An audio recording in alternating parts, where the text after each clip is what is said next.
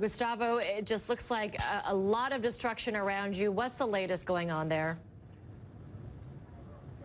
This is ground zero for this earthquake. You can see behind me the houses that just came down when the 7.8 earthquake hit Saturday night.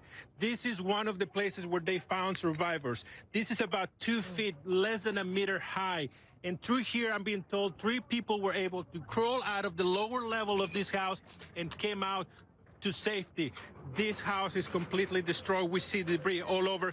Just next door to it, we're seeing what is left of what was one of the nicest hotels, I'm being told, in this city. They have confirmed 7 people dead here. 5 of them Cuban doctors that were working on this city, a British tourist who was on the visiting, and right now they're looking for a 7th person who is the uncle of the owner.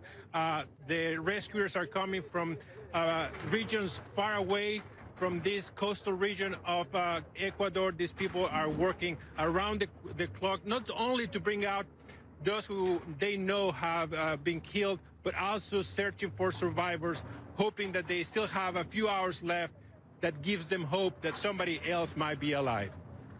Gustavo, you're showing us extraordinary and worrying scenes there of the level of destruction. Do the rescuers have what they need? Do they have the equipment? Do they have the personnel, the supplies? The government has deployed an extraordinary amount of not only rescuers from all over the country, but also the Army is here. The Navy is arriving. They're sending a ship that is going to help processing drinking water. But I'm being told that they still need, they're lucky here. They have a couple of big, heavy machinery that is being able to pull the debris and look for survivors. That is not the case in this vast region. They are asking people to pull this kind of equipment to assist lifting the heavy concrete.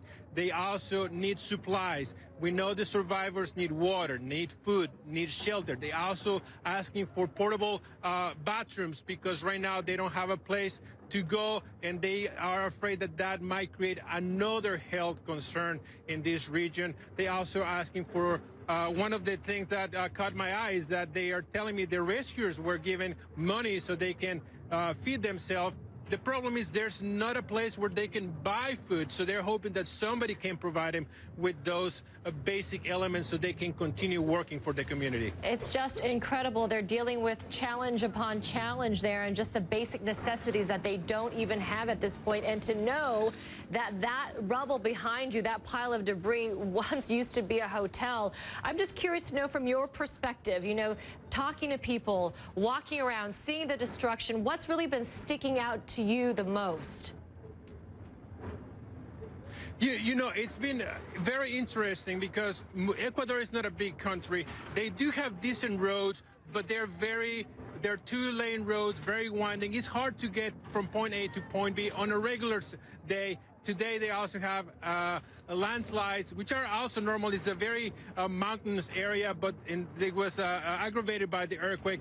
But I was just talking to the owner of this hotel a few minutes ago, and she had that kind of nervous laugh that she was trying to digest what has happened. We also, in Quito, the capital, last night, everybody seemed to know somebody who was affected by this tragedy. Our driver himself, when I asked him this morning when we met, he said one of his relatives, friends, was killed, a teenager. The wall of her house fell on her overnight. So it's affecting everybody. Everybody's pulling together. The local media is calling the whole country to assist, to send help. So they are very grateful for the aid they're getting from other countries. They are thankful for their fellow citizens that are coming to help, but they're also asking for a little help so they can continue with their lives, because many people are spending the night on the streets, either because they don't have a place to go to or because they're afraid to go back indoors in case there's another aftershock. And Gustavo, don't be afraid to continue showing us what's around you. We can see people behind you crawling up through that rubble to obviously go try to help. Is the damage that we're seeing that you've just shown us representative of the broader area where you are? We drove up, I'm going to say, half of the town, and we have not seen a structure that hasn't been damaged. The cemetery, there are people already burying their victims. The cemetery is also damaged.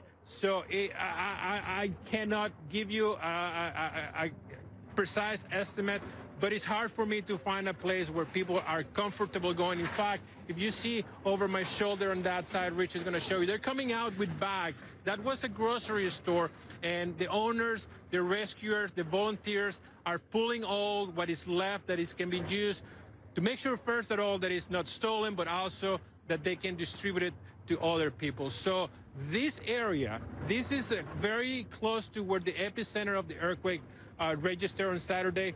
This is one of the worst areas that we've seen. We saw some damage on the way here, about 120 kilometers.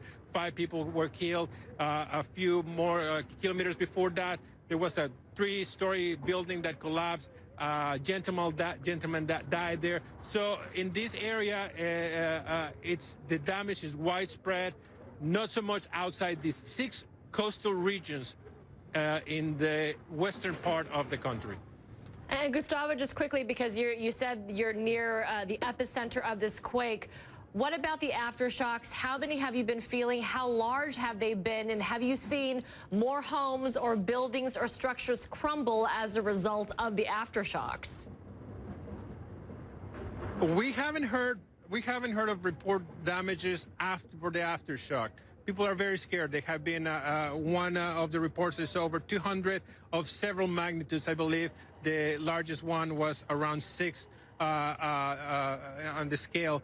But we haven't heard of damage as a result. People are scared. In the past, 6 hours that we've been here, we haven't felt any. We don't know if other parts of the region are feeling any.